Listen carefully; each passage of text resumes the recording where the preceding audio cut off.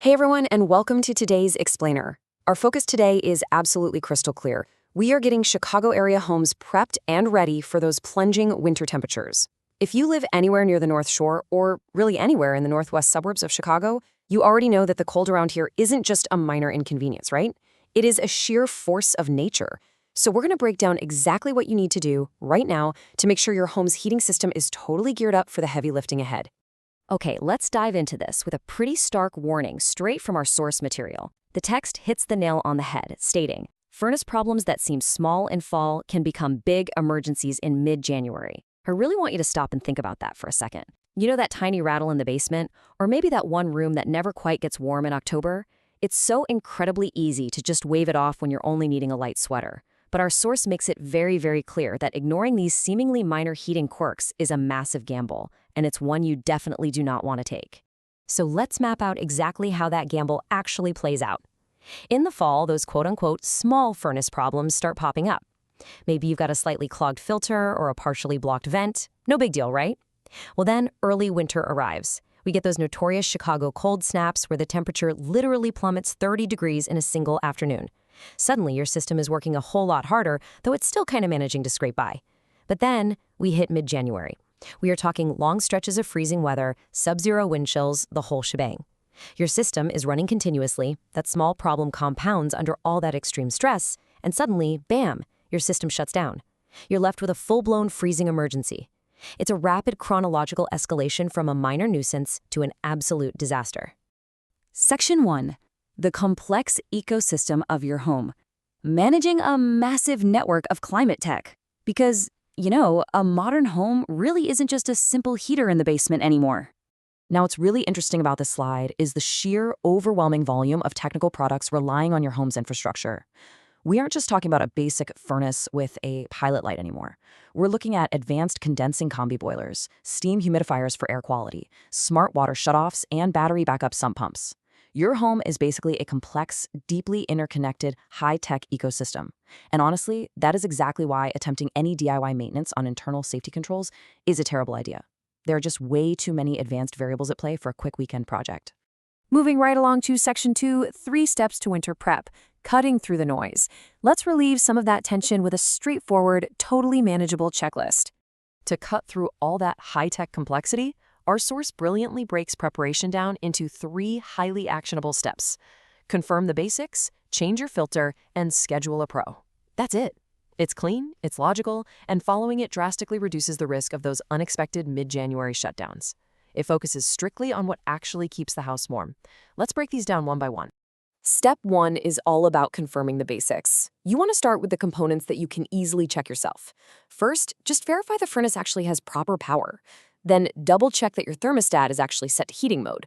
You'd be surprised how often that gets missed. If your thermostat uses disposable batteries, replace them right now. Actually, scratch that, just test them first, but definitely have fresh ones in there. Next, confirm your fan setting. Our source notes that a lot of households use the auto or auto circulate options rather than leaving the fan running all the time. And finally, take a walk around your house. Inspect your visible vents and registers. Unblock any supply vents that might be covered by furniture, rugs, or, boxes from the holidays.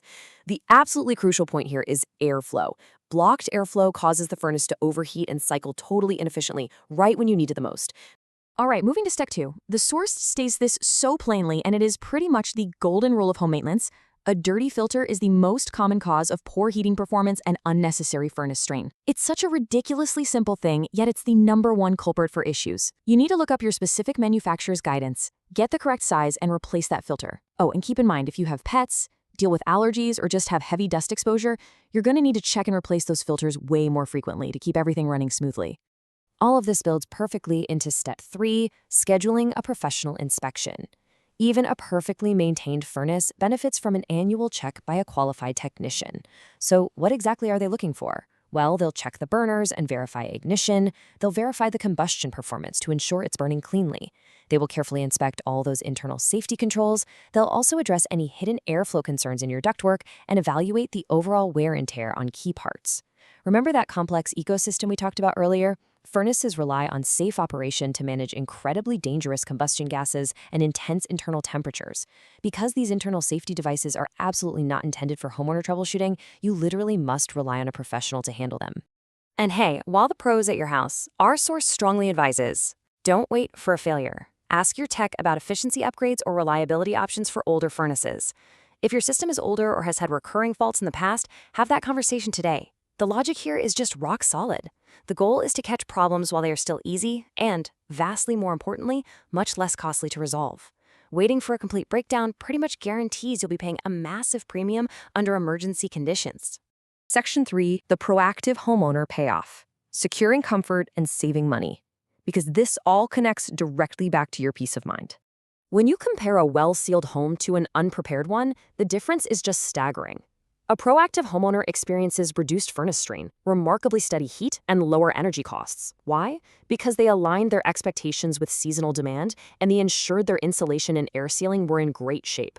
Insulation plays a massive part in reducing the furnace's workload. Meanwhile, the unprepared homeowner is left anxiously relying on a dispatcher during an unexpected freezing midwinter shutdown. This contrast firmly establishes exactly why this matters. A well-maintained home drastically reduces how hard your equipment has to work, protecting both your physical comfort and your wallet. And speaking of that unprepared homeowner, 24/7. That is the grueling, non-stop schedule emergency plumbing and HVAC dispatchers are forced to work because so many people completely ignore seasonal demand and skip their pre-winter checks.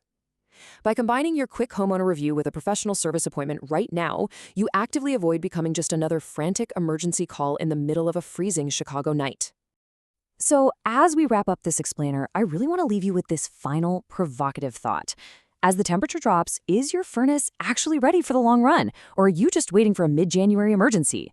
The choice is entirely in your hands, and the steps to secure your home's comfort couldn't be clearer.